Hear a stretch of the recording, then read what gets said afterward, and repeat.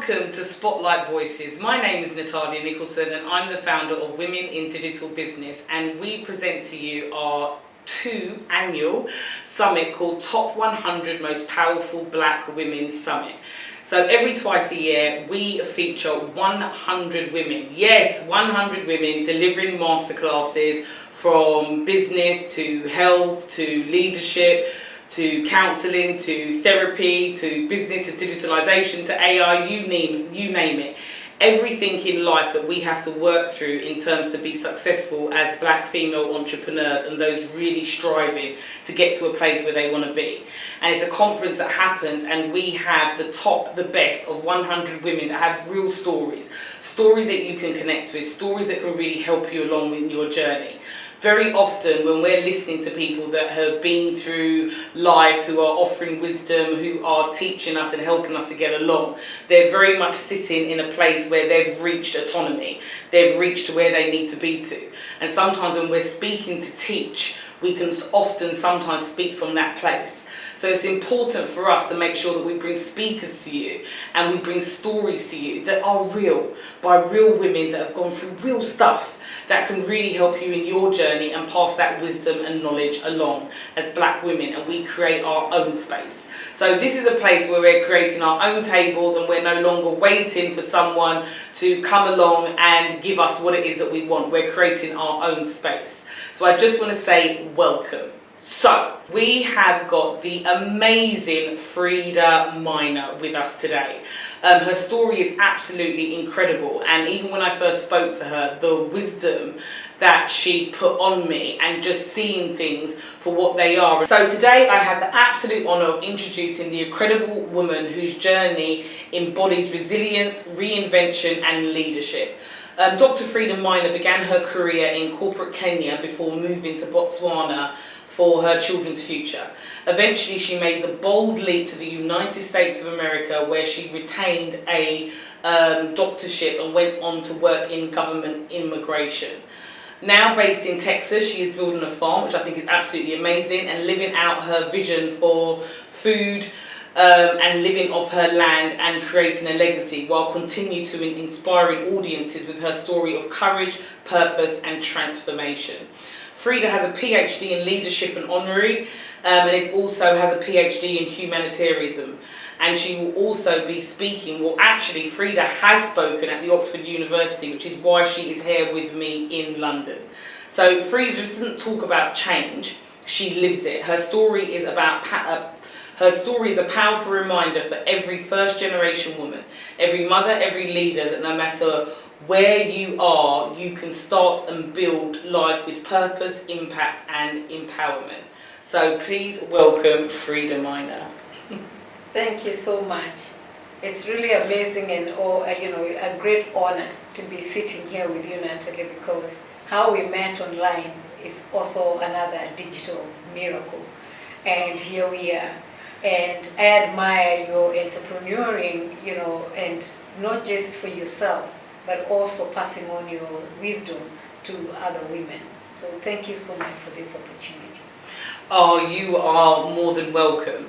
So Fredah, we don't get to do many live interviews. It was amazing that, imagine that, we could meet on a call, and this is the power of the internet and digitalisation. Right. I approached Fredah because I thought she'd make an excellent speaker, and then when we got on a call we just connected straight away. So could you tell the audience exactly what you shared with me and just a little bit about your story coming from Kenya and to where you are? Snapshot. Oh, thank you so much for again an opportunity to be a storyteller and an archiver of history, because I'm a walking history book, because I was born before Kenya was actually independent from British colonial rule. And because of that, we had nothing. The country had been plundered, and so we had to start almost from scratch. Our parents were going back to their land from the village where they had been restricted to stay, and they were going back for the first time when I was a child. And as they're going back, they're rebuilding their land, they're rebuilding their animals and their animal shelters and so forth. Education wasn't something they were thinking about. It was survival mode. But my parents, luckily, were thinking about education. And they thought, because they did not have property where the children could inherit, they said anybody wanting to go to school, they were going to be very supportive. And so I got into school, and I loved it. And I loved especially reading and writing. And although it was in a foreign language that I didn't totally understand, I just embraced it. And so I started learning English, and then went to high school, and I studied more English and literature, and then I went to senior high school. And then from there, I started teaching after I graduated from high school. And those days, there were only 3 careers that women could get into: teaching, nursing, and secretary. Right. So, but secretary had, gained some bad, rep. So my sister took nursing, I took teaching. So as I was learning to teach, I started learning how to design teaching even before I went to college. Right. So I started doing public speaking even before I went to college. Then I went to college, and now formally was trained on how to speak publicly, how to teach, how to design curriculum, how to deliver, speaking engagements and stuff like that. And then from there, I decided, to be the best teacher there was.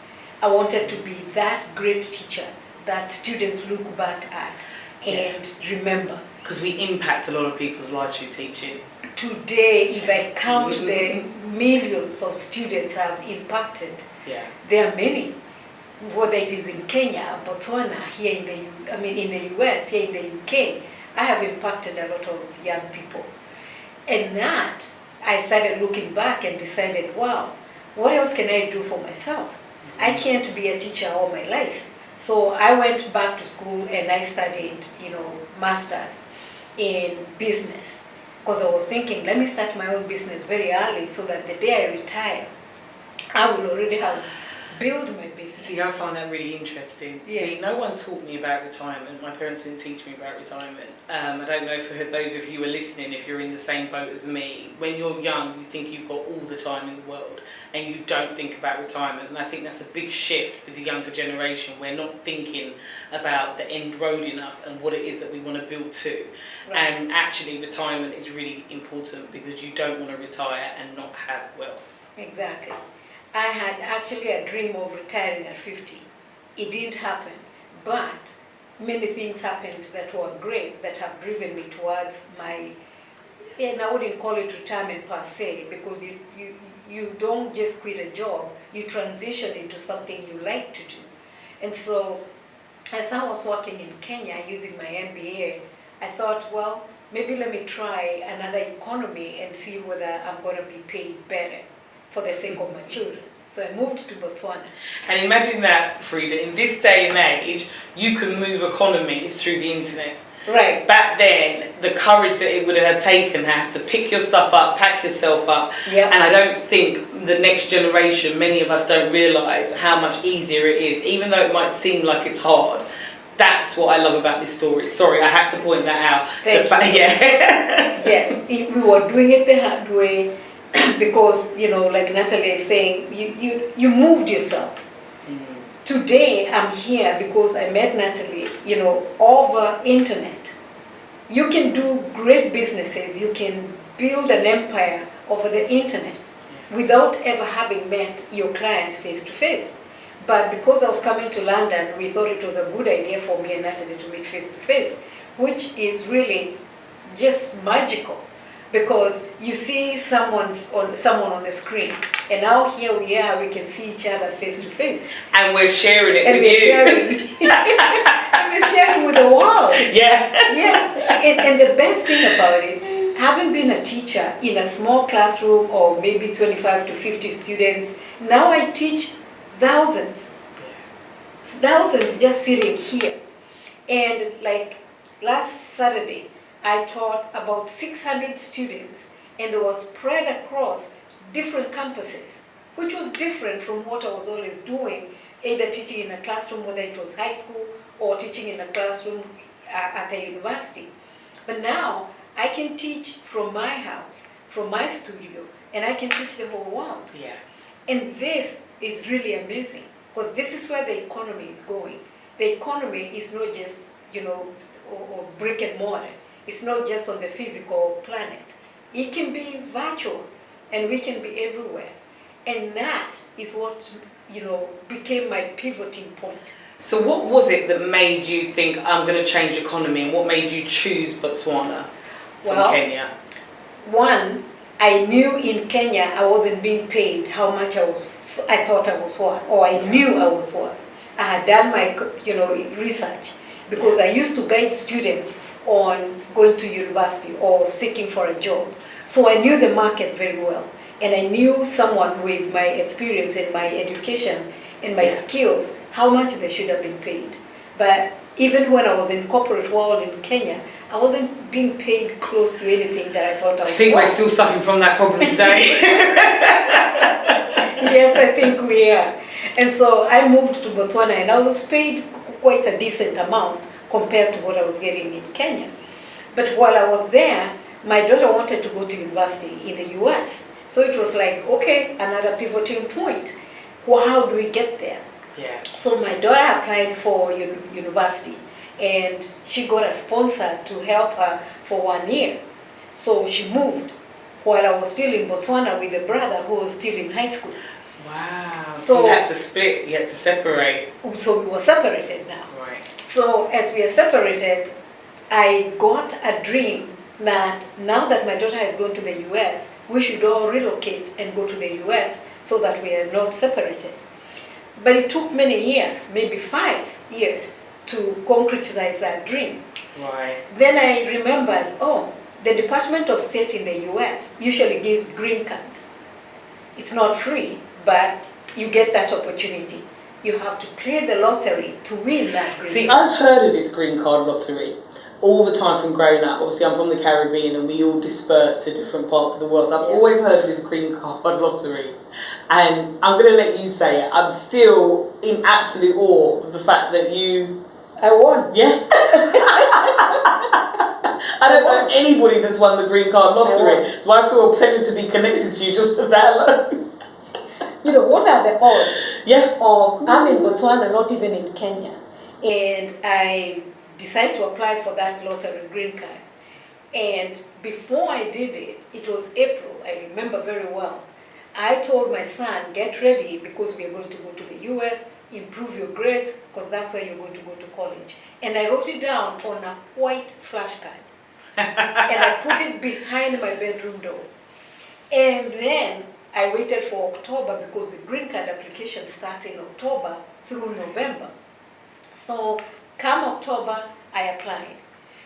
Then you have to wait until the next year, in May. The next year? In May, to know the results. Right, didn't So realise that. you're waiting, and then you get the results, and I had won.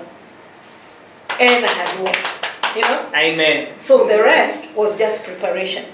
So for me, change has always been an opportunity for growth. Yeah. Has always been an opportunity for transformation. So whenever I am at a point that is like a crossroad, I'm excited. But this is from experience. Right, okay. From experience, because every time I found myself at a crossroad, something big, a major change that would transform me and my family happened. And it was always great change. And so now we embrace change so much in my family because of that experience. And the thing about life and business and entrepreneurship, you have to learn how to pivot. You have to get used to change. And I'm always saying you have to get used to being uncomfortable. Yes. If you're comfortable, you're not growing. You're not growing. Yeah. If you're comfortable, you're not growing. And if the dream you're dreaming doesn't scare you, it's not big enough. And I'm not saying this just, for the sake of it. It's because I knew when I was in Kenya the kind of dreams I was dreaming. They were just small dreams, but they were coming true. That's why I decided from that confidence, I'm going to expand my dreams. And so one day I decided, okay, now that I didn't start my business in Kenya or Botswana, I'm in the US, I'm going to start my business and I'll keep growing it even as I'm working full time so that by the time I decide I don't want to work full time anymore for someone else. So you bootstrapped your business then? So my business will have flourished. Yeah. And I wasn't dreaming of something small. I was going to start a university. And I was going to start it online. So I started that, and I would be offering small classes here and there, free, so that I test my system. And I mounted my virtual university, and because I'm good at designing courses, it was very easy. I would just design them and then mount them on the system. And then came AI. That made my life very easy. Oh, I think AI was built for our generation, Fredah. I think it was. Yeah. Because, can you imagine, when I started teaching on a blackboard on a wall and white chalk that made screeching noises and gave me so much coughing because of the dust. And then when it came to exams, I would type them using a typewriter and make a copy using some machine that would cycle-style that paper so that I could make copies for my students. And by the time I'm done and going to administer the exam, my hands are all black from the black ink. Today, could you imagine that? I don't even touch paper. Yeah. Even when I grade, I tell my students, I don't grade paperwork. Yeah.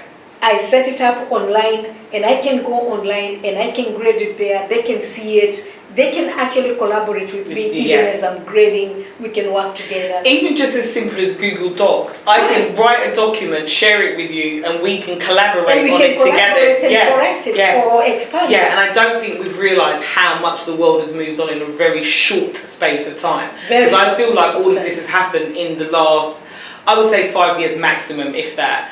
AI, I would probably say it's about the last 3 years. It really has revolutionised. And we keep saying, where did it come from? Predictive text on our phone, Google Docs. We've been prepared, spell checkers. They've been preparing us for this for quite some time. Yeah. We just haven't realised it. We haven't tapped into it. No, we haven't. Yeah. And I truly believe that AI is something that's come to play that's going to create a new generation of wealth. And for those that can see innovation and those that can understand how to use it, they're going to be able to level up the game. Yes. So when I discovered education technology, I was just amazed, and then I was just excited, and I embraced it. And took a master's in instruction technology. Did you? Oh, wow! I didn't actually know. So, okay, we've got I feel like about 3 PhDs now and a master's. Actually, I have 3 masters, 2 PhDs. Right, okay. Yes. Yeah. And maybe you're right about another PhD, because there's a master's that I could turn into a PhD that I haven't completed. But it's good to always have something at the back burner that you haven't completed. So I'm not perfect. So anyway, so I come to the US, I start my school, and I am now just borrowing all the technology that I was learning from that master's. But technology is growing and changing such that even what I learned in class was obsolete in a few years.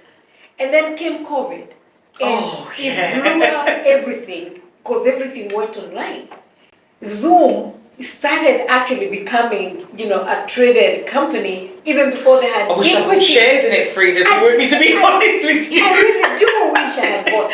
Instead of buying shares, I simply bought onto the system so that I could now be talking to my students using Zoom. Yeah. And I even before people knew what Zoom was, I was on it, but I didn't buy shares. Well, regrets. However, no regret, because that system has helped me tap, into audiences that I otherwise would not have been able to tap. And a lot of people still today, I feel, still don't use applications like Zoom to how they could. Like, it's got an annotation tool where you can get people to collaborate on a whiteboard. Right. Just like when you had the blackboard and the chalk. No, I haven't. You've actually got that in the software. And I still see people using Zoom very much like a webinar software. Right. And not using the educational tools that you can use to help people learn more and the information to stick. And because I teach using project management, kind of style, so I put my students in different groups, even on Zoom, put them in different groups so that each group is solving one world problem. Yes. And then we come back and congregate, and every group shares what world problem they solved. Yeah. In Love class. it. Yes. Yeah. And so technology for instruction really has become amazing. And while I'm even doing that, I can record for a student who was absent. Or I can record for my podcast. I can record for my social media, you know? Yeah. So it is really amazing. And I feel like we take things for granted. Even just going from what you were saying with the blackboard and the chalk, and go from Kenya to Botswana to the United States of America, training, realising your gift of being able to write programs and then being able to teach the masses. It's only when we speak through your story that I hope that some of you are understanding that actually things have been made easier. It doesn't feel like it. So I'm not trying to say, I'm not trying to shame anybody or make anybody feel like, oh, this is really easy. That's not the point. But the point is to understand that when you look at Fredah's journey and what she's been through and how we've transitioned, there is an opportunity for us to be able to create a voice. True. Very true. And the significance of what, technology is offering us. Yeah. As women especially. Because as women, there's that expectation that we stay at home. I don't understand what stay at home is, because I have watched women who are called stay at home and the amount of work that they have to do. But life has also been made easy for them by technology, because when it comes to washing dishes, when it comes to doing laundry, when it comes to cleaning, Could you imagine when doing it comes laundry to taking, 100 years ago? There was no washing machine. No, you had to wash them by hand. Yeah, there was nothing to spin your clothes out and get the water out. No, there was even no machine to dry them. You had to dry them on a line outside or in a room, in a basement that would make the whole house damp. Yeah. So it has been made easy for us. But what actually amazes me is that now we can actually be entrepreneurs right at home. Because after the children have been sorted out and the home has been sorted out, there's always those few hours where maybe a stay-at-home mom used to watch TV. Yeah. Now instead of watching TV, you can, using your phone, record, some of the tips that you have gained about childcare or about, being a wife or being a mother, and you can share with people on social media just via your phone. Yeah.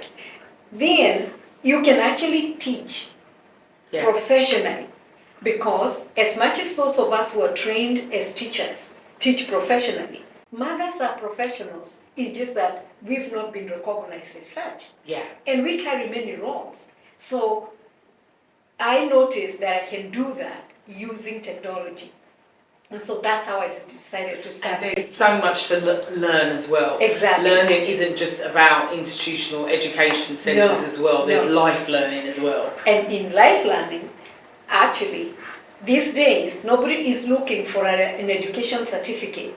People are looking for skills. So if you can demonstrate that you have those skills, then people are looking for you. Yeah. People need to hear from you about how you gained that skill and how that skill is turning, or transforming your life.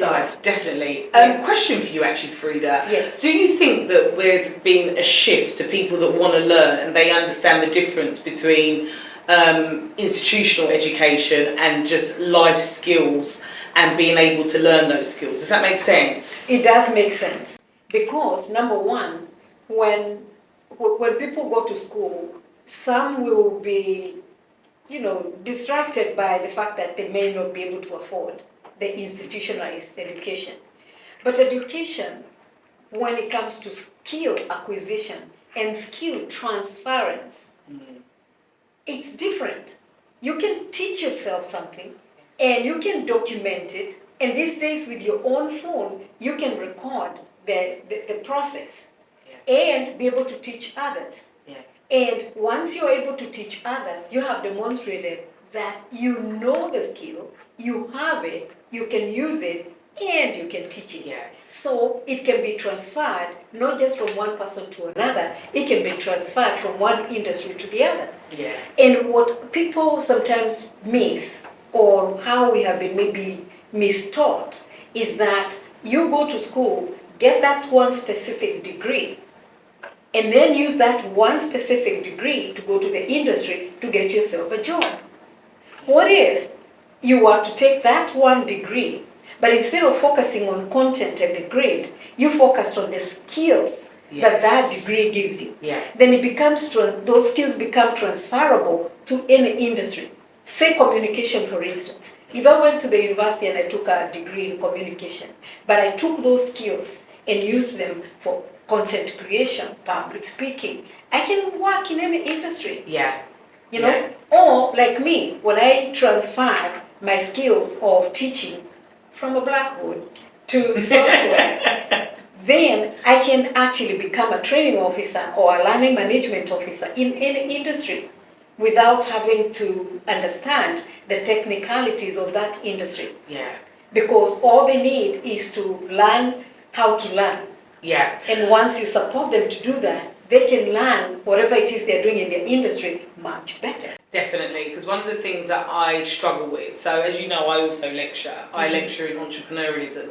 Sometimes I find the students in my class can't connect with their subject area in a commercial world and setting, and I feel that's because they're lacking the skills. And I love what you said about it's okay to have like an institutional educational qualification, like a degree, a master's, a PhD, but you're still going to have to understand the skill that goes behind that. And I feel like the skill that goes behind that can be hard to get from university, higher education, learning. Exactly. And so because of the way content is arranged and into general education at the universities, sometimes it's very hard to get the application part of it. And so that is why universities will either send a student for, internship, because the internship then translates the content into a skill. Yeah. But then not every degree has opportunities for internship. But if you go to class purposely, consciously, remembering that you're trying to get skills, you can actually acquire those skills while at the university, even without an internship or without even OPT, because you're there consciously knowing I'm gaining a skill. Yeah. And then you go and practice it, even if you're practicing it through volunteering. Actually, my honorary PhD came because of my volunteer work. Wow. Because wherever I couldn't find a skill, in the content that I was studying, I would find somewhere where I could volunteer. Yeah. And so I read so many hours of volunteering, someone noticed and gave me a PhD for it. Because it is, because you could be an expert in your area, but you don't know how to create a podcast, you don't know how to write a newsletter, you don't know how to set up a website, you don't know how to market the course to get customers, right. You don't know how to get the speaking gigs, but you want to become a speaker. So you can be very well versed in a subject area and very well educated and have a lot of knowledge that you want to pass on, but there's skills that you're going to have to acquire, to be able to get your voice out there. So I would love to know how you learned about some of the skills that you needed to kind of level up and make sure you could get your content out. Well, remember about transferable skills. So I grew up on a little farm. And so as I was growing, I realized, some of the skills I was learning in school, I could bring them home and transfer them and make use of them. So I just took that same, model, and I just grew it all the way. And then when I was teaching high school, again the same thing. The content I had learned in college, I was now practicing it. And then because of practicing it over and over, I was being recognized and awarded for being the best teacher of English, the best teacher of whatever it is I was teaching. So I realized early on in my career that, you can have a skill, but unless it is transferable, it's just going to be redundant or obsolete very soon. But if you keep growing it towards whatever development is taking you, towards transforming yourself and growing yourself, then the same skill grows. So people call it teaching. They don't realize there's a lot of communication skills in there. There's a lot of writing skills. There's a lot of guidance and counseling. There's a lot of other skills that are embedded in that, like psychology and therapy and counseling And if you now branch off and decide, okay, I'm going to do education or counseling in education, you got it from that little degree you had of teaching. Yeah. And so you grow like that. Then you come to the US, it's a very different environment from Africa. And now, because you had learned to speak to strangers, because every student would come into your class the first time, they were strangers. Every teacher you met, every staff member you met, they were all strangers. But you had learned in a safe space to speak with strangers. So you come here and you just transfer the same skills. So whether it is relationships, you learned from those basic relationships from home and from your first job. Yeah. Then if it is communication, the same thing. If it is public speaking, if it is etiquette, you know. And I did even one-time lecture on customer service and etiquette. And yet, it was not because I went to school, but it's because I had collected all those skills. You've collected all those skills along the way. You're able to speak to teach, is what I call it. And in the multiple schools that I taught. And then you come to a university, and it's a different environment as well. So the students are coming to you a whole semester, you're with them. Yeah. So you're learning to be immersed in a culture that you're not used to, but in the process, it's a safe space in class. You're being immersed in the culture. You're learning the etiquette. You're learning the articulation of words. You're learning a lot of things. Yeah. You're learning what they like to eat and what they like to talk about. And then you're learning, I call it the Google. Yes. All of our brains are like a Google. And I really resonate with that. For me, that practice makes permanent. So you start your journey off and you're right, you want to be a speaker, you want to create a course, you want a membership site, you want to be able to coach, mentor, counsel. And you're right, Fredah, I realise now when I look back, I've been given many opportunities that were platforms to practice. Yes. And to be able to perfect and keep going and keep going. And when you get placed in another environment that you've been in, the Google expands again. You take already what you know and then you'll keep learning more and more. Yes. But it's interesting as well, because I think when you do first start off in this day and age, I don't know, life's just really fast. Especially with social media and Instagram and, you know, over like the recent years, TikTok, I feel like we want everything now. Yes, the instant generation. The instant life. And I think the problem with that is that even for the summit, there'll be so many, you know, women that I'll speak to and they'll be like, okay, I don't pay to speak, but they've not got no speaking experience. Yeah. I had to do I would say about 5 to 7 years of practicing before now I've got large organisations and corporates that come to me and say, can you speak? Even this September I'll be speaking for Vodafone, where I'll be actually putting together a whole programme and delivering it. But that didn't come like that. No.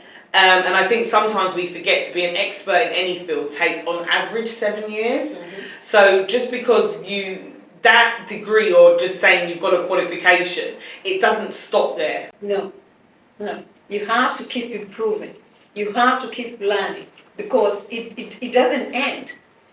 And it's a spiral. So don't take it like a staircase. Look at, even if it's a staircase, look at it as a spiral staircase. Yeah, I like that. Because you learn one thing and then it grows into something else. You got to go up another level. And then you realize, oh, I'm doing the same thing I was doing at level 1, but now at a higher level. Or at a higher expectation, just like I was teaching high school, then I followed my students, they are now at university, I'm teaching them at university, then I followed them in the workplace. Which really is the customer life cycle. Exactly. And I think sometimes we miss a beat there. Wherever you started, your audience will grow with you. Exactly. So maybe the audience you start with, by the time you get to a stage of you being at your prime, they're at a different cycle in their life and you would have learned and prepared for that and you'll grow with them. I think that's an excellent point. Right. So I grew up with them and now they're in employment. So I actually became a training officer when I was working for immigration. I was a training officer and I practiced what I had learned in school as, you know, for my degree that I was telling you about instruction technology.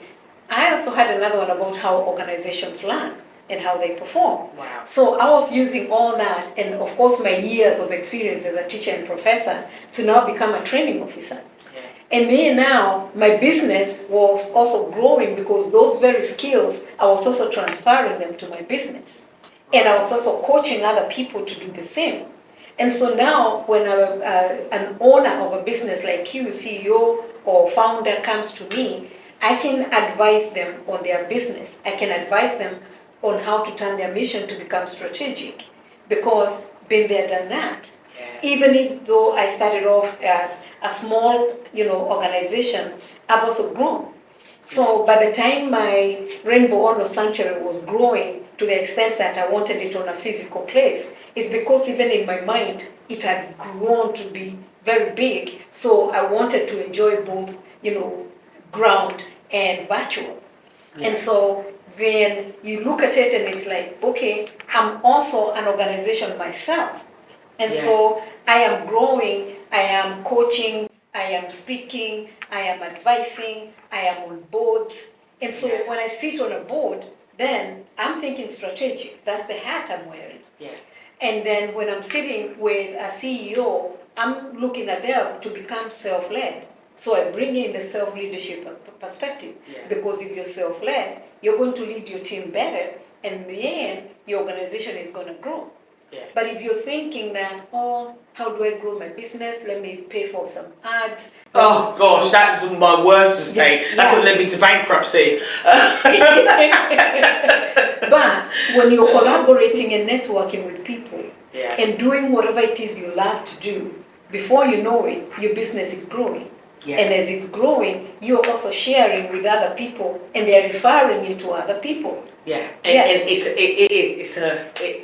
Yes. it just keeps building. It's keeps brick building. by brick. Yeah. But then it's a brick that is so beautiful because it's not a brick, like Jenga, because it is a spiral staircase. You learn and then you reflect, and you're looking back to what you had learned earlier and realizing it was just the foundation. Like you said, that it was just an opportunity to propel me to the next level. But sometimes we have to have these conversations to realise Exactly. that. If we don't, you can just get stuck constantly in the now and feel like you're not going anywhere. And that's when we feel like we get stagnant. That's when we get frustrated. That's when we want to give up. I would love for you to tell everybody exactly what it is that your business does now and what you're going to be talking to the ladies at the summit about. Oh, I'm so excited about the summit. Because, number one, I want to remind everybody, just like the World Summit of Leaders yesterday, I reminded them, number one, nobody can live your life the way you do. So nobody can live your life the way you do. Yeah. I do not know your life, but you know your life. So nobody can live your life the way you do. So nobody can lead your business like you do. It is your business. Nobody can lead it better than you. Yeah. I can come here and help you, even if I joined your board.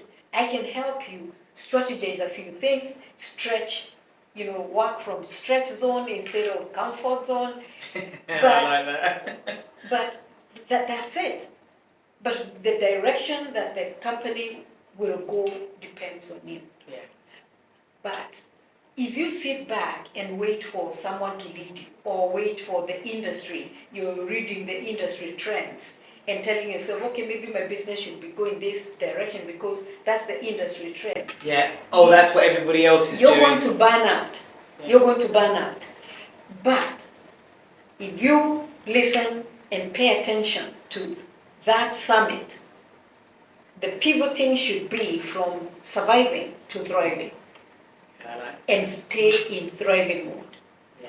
When you're in thriving mode, those spirals go like an elevator. Yeah. You start seeing things moving pretty fast. So what do? I coach individuals. If someone wants to be coached individually. I have many who follow me on Facebook because of that. I have many who follow me on LinkedIn because of that. I had one, write me a message on LinkedIn and say, I am so grateful that I came across your video because you're not selling anything. Yeah. You know? That's what we connected on. because I put a lot of content out, Yes. and it's content of great value, and I know you do as well. Yeah. And some people that aren't used to having that level of content don't actually realise how valuable it actually is. Right. And I'm a firm believer of passing it forward. I don't just give one layer of the onion. If you ask me a question, I'll give it to you all, and that's one of the things that I love about you, and I Yes. feel like that is definitely where we have connected. Exactly. Freida's links will be in the comment section of this video, by the way, everyone. Thank you. So there we are. As you're coaching one person, you're thinking you're coaching one person. But from teaching experience, I have learned. You teach one child, they go home, and they're saying, oh, teacher so-and-so taught us this and this. Yeah. You go to the university, you teach one student, and then they go home and they're sharing with their parents and friends. So always remember that one client that you're handling at that moment, whether it's for 2 minutes, 1 hour, or whatever, it's not one person. Yeah, and that makes my heart sing, because that's why I started the summit. As a community and as black women, if we are learning and we're sharing, we're just going to keep making our community stronger. Because Exactly. quite often we're in other communities, not our own, because we don't have many. And that's why the summit actually exists. Yeah. Perfect. Yeah. Because you're thinking you're speaking to one person, but they're bringing their own tribe with them. Yeah. And they're going to go back and tell their tribe. Or an organization. Maybe this particular person was sponsored to come to your, summit, and they come and they learn things that they're going to take back to their organization. And I think that's what people don't understand enough, Fredah, about content.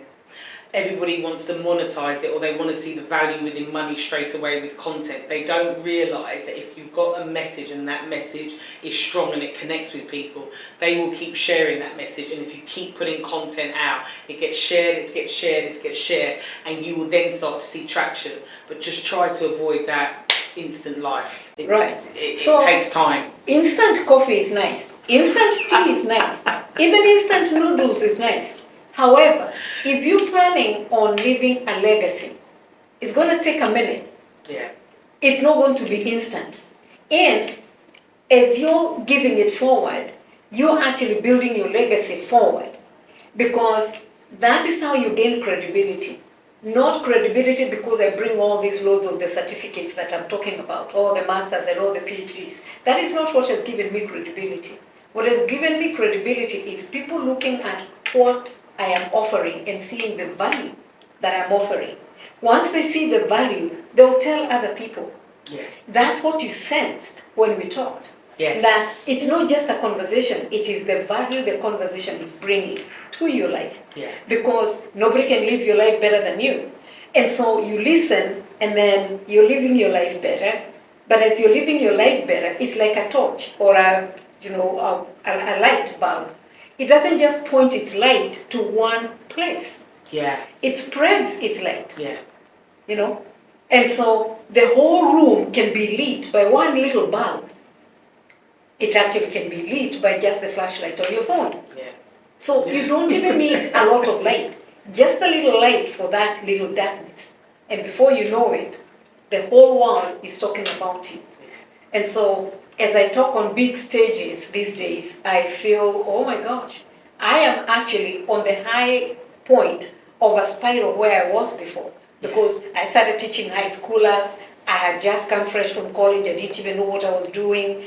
But now with experience, when I'm invited to speak to 600 college students from multiple universities converging in one, summit or immersion event, and I'm speaking to them, it's like, oh wow. Even at the university, I never spoke to 600 students all at once. Because you was in Oxford yesterday as well, hence why and you're I in was London. also, Yeah, yes. What was you doing in Oxford? Please do share. So to the students, I was speaking about careers and skills and how to fill your gaps. Then I got invited to a summit of world leaders to speak on self-leadership. Because someone went on LinkedIn, saw me speaking on self-leadership, I'm not selling anything, I'm just offering.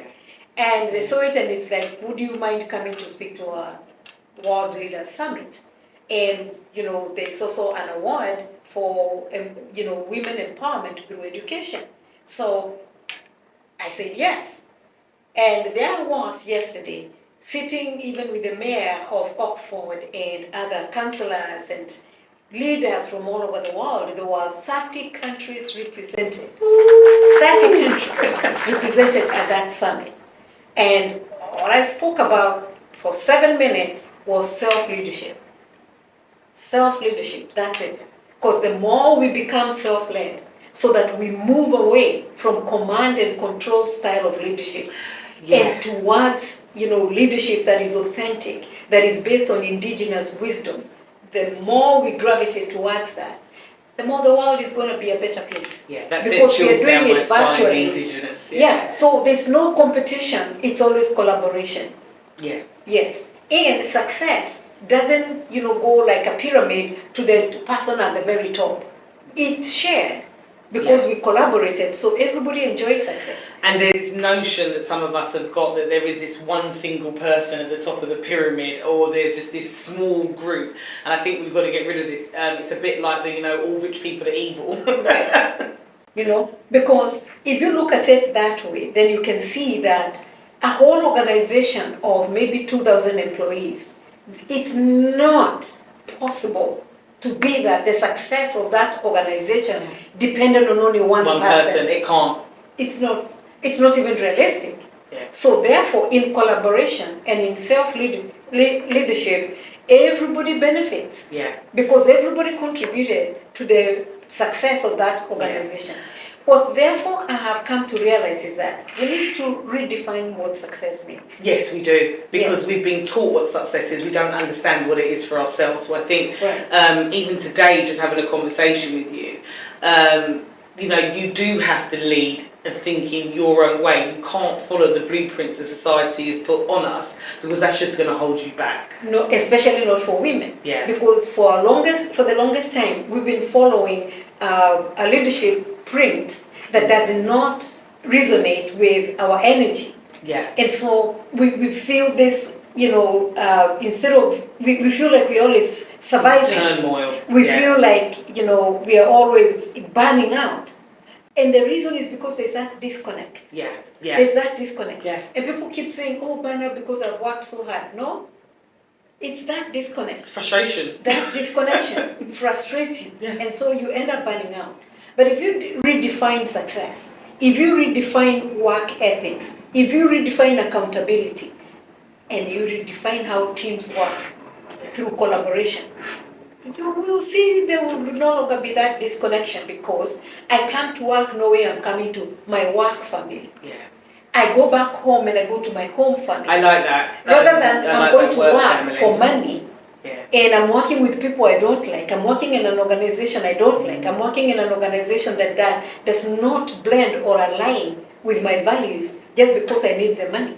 Yeah. But if we now increase, as women, increase the organizations, change the leadership style so that it is indigenous and authentic and not warlike, because most of the strategies were based on the days when, all these wars, World War I, World War II. I'm sure there has been World War III and IV, we just didn't record it.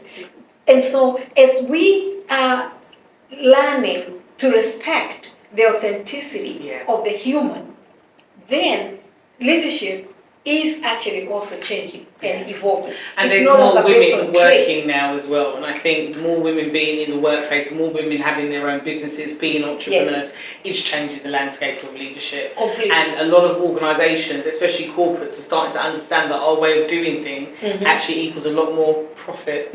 Yes, yes, because the old way was so narrow, it depleted resources and energy, even of humans. So that I'm going there, it is early in the morning and I'm tired. How come?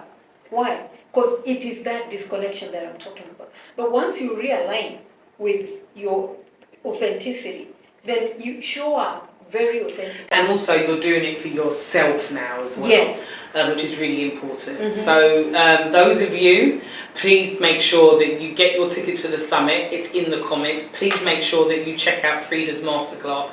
It's going to be really, really powerful. And Fredah, before we wrap up, I have to ask about the farm. Yeah. This was the bit when I spoke to you, like I didn't think it could get any better. And then when you explain to me about being in Texas, finding land, please do tell our audience about your journey that you are on at the moment in creating your own farm and eating off your own land. Wow, that is amazing. You know, some of the things you do from your heart without even thinking that there's any significance in it. So I grew up on a little farm and I saw how it sustained us.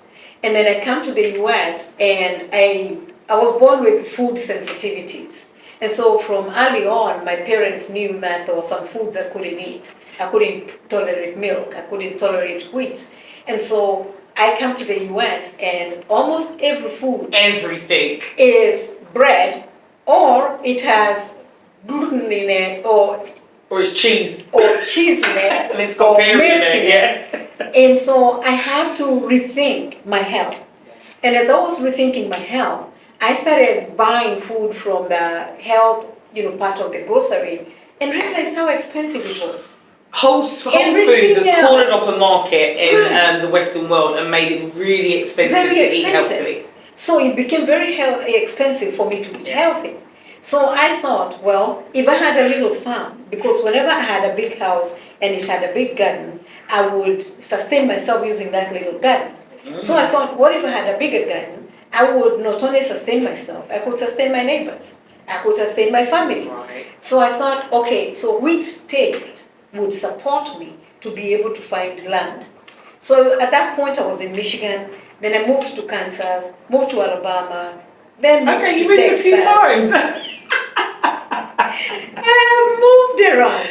And so I came to Texas and realized this was the place because it is expansive, it's a big state, and then the climate there is different from all the other states in Midwest of the US where I had been. So it's warm, and so you can grow crops longer in the year than when I was in Michigan where I had to it's a bit like London. grow and mature within 4 months. Because after that it is cold and it's snowing. But in Texas, it only snows in January and February and that's it. I didn't realize it snowed in Texas. Some parts of Texas don't even snow. But where I am, it snows in January and February and that's it. 1 week in January, 1 week in February, that's it. So if I grow food, it's throughout the year. Right, which means you can sustain yourself, your neighbors, your sustain family. myself and other families, and we can live healthy lives. In the end, another secret is that my children love parks. So whenever we go to a new city and we are visiting, the first thing they want to look for is a museum and a park. An arboretum. So it was like, okay, how about I turn this whole land of mine into a park? So we have gardens, we have parks, and everybody can enjoy that. I absolutely love it, and I can't wait to come to Texas. I want you to come and bring many women so that we can do a retreat. Oh, yes. Wouldn't we like that? Yes. I did a mini retreat, and people were hugging trees, people were sitting on grass, and they were really enjoying. And I have 2 creeks, small rivers. So they were sitting near it and meditating and enjoying, and it's like, oh, wow. Yes. Absolutely love it. So come over, I have yoga mats, you won't have to sit directly. Anybody interested, in the comments, please put that in there. I will definitely be going to Texas to visit Fredah, and if you would like to come with me, please do put the comments in with this video. Right. Fredah, it's been an absolute pleasure. It's been so lovely to hear your story. Even today, just sitting, listening to you, I feel like you've inspired me, you've motivated me, and you've given me a lot of clarity, because quite often we're rushing around so much and we're in our business and we're in doing what we're doing that sometimes we don't take that time out to just and listen, and the wisdom just pours out your mouth. It really does. So ladies, again, please make sure you get your tickets, please make sure you share and spread the word about the summit, and please make sure you check out Fredah's masterclass, which is going to be absolutely amazing. We look forward to seeing you. Fredah, I have to give me a hug. Mwah. Thank you so much for Thank you. Yeah.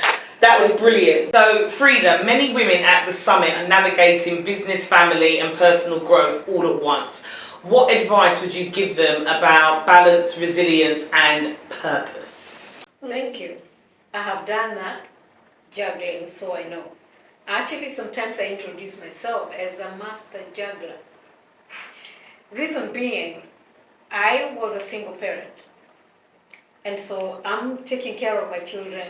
I am also a teacher, and I was teaching drama, so Oh, wow. a lot of that is done after school. Yeah. And then there are trips, because you have to go for competitions. Right. So sometimes my child would miss school because I would have to travel with them, or I would leave them with neighbors because I can't go with them.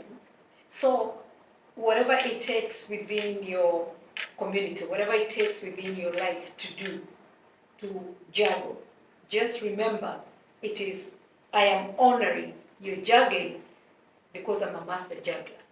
Yeah. As I pivoted in my career, I was pivoting with the juggling as well. Yeah. Because I also had my relatives to take care of. My dad died when I was 19. Oh. So I had to help my mother take care of my siblings. So I'm taking care of my siblings, I'm taking care of my family, I'm taking care of my students, I'm taking care of myself. Yeah. Because I also had to keep developing to get those promotions, to get more money, to take care of my children.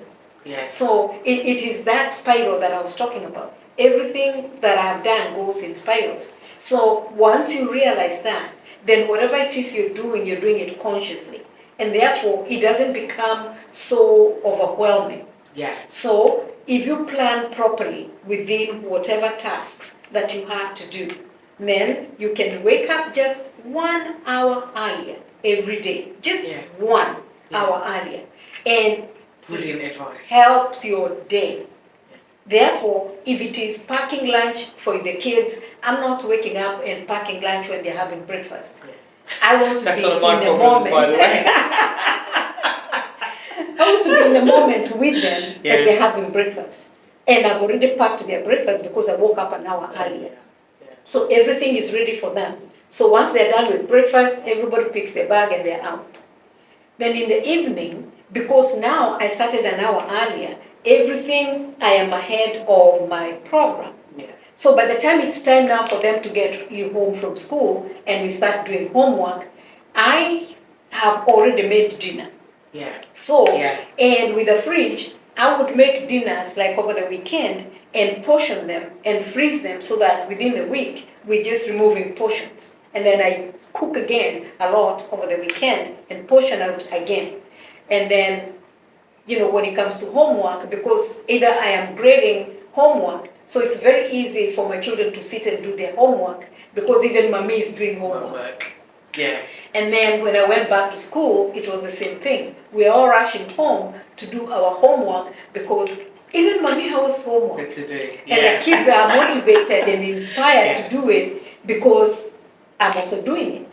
So set an example, not just at work, even at home, set that example.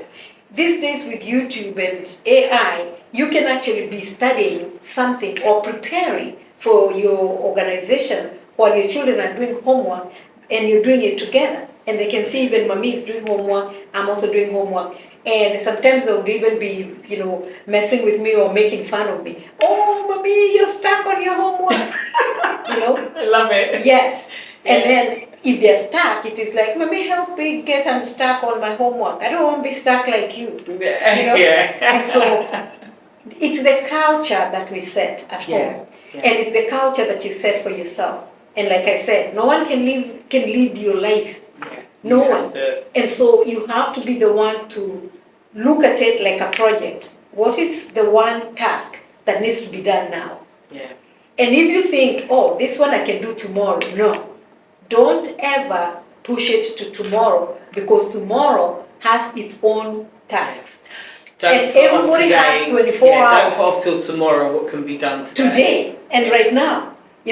Because I've seen people tell me, oh, okay, even at work, we're given a project and then we were given a deadline. And because it's the next week, people don't start on the project because, oh, we have until next week.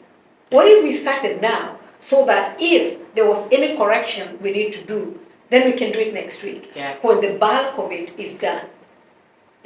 So look at your life and stretch it out like steps. What do you want to achieve this year? What do you want to achieve next year?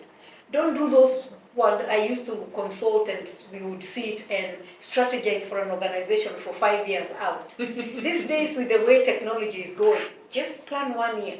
Yeah. And then do it monthly, weekly, daily. And that's the thing, I think when we're planning, we say 1 year, people are very high level about it. You need to plan, okay, what do you want to achieve in a year? What are you going to do every month to get to that goal? Exactly. What are you going to do every week? What are you going to do every day? What are you going to do even every hour? Yeah. You know? Yeah. And it sounds so simple, and a lot of things that we talk about might sound like, oh yeah, I know, I've heard that. But when you start putting it into practice, it's not that simple, and you do need help, and you do need assistance. Exactly. Yeah. Exactly. Where you need assistance, these days it's so easy to get a coach to help you. Yeah. And some of them, like me, I've been offering my coaching services for free for a long time. And so if you find a coach who is willing to give you a few hours a week for free, or even just a few minutes sometimes. Yeah. It doesn't even have to be. And also joining communities. Join communities because you can learn from them. Yeah. And the coach doesn't have to be face to face, and doesn't even have to be a real person, because I grew up without mentors or coaches. What I did was read. Whatever topic I was looking for, I would read and find the author and turn the author into a coach for me. Yeah. So whatever wisdom they're giving in that book, that becomes my coach, and I'm implementing that. So I didn't tell myself I cannot do this or I do not have a coach.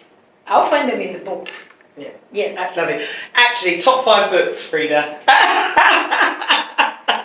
I might try and give a list of all my books that I have published. Right, so we're going to put the books that Fredah's published also in the comments, but top 5 books, even if they're including your own, of...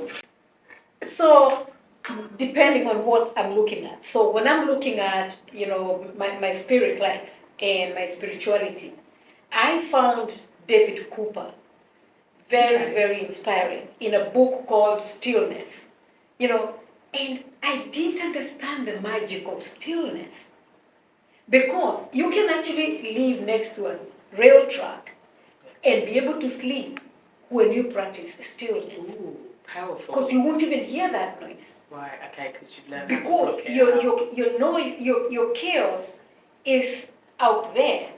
But when there's no chaos in here, it dispels the chaos out there. Right. And so, David Cooper, Stillness, number 1. In management, I love leadership and I love coaching. So I gravitated towards coaching books because I already know leadership.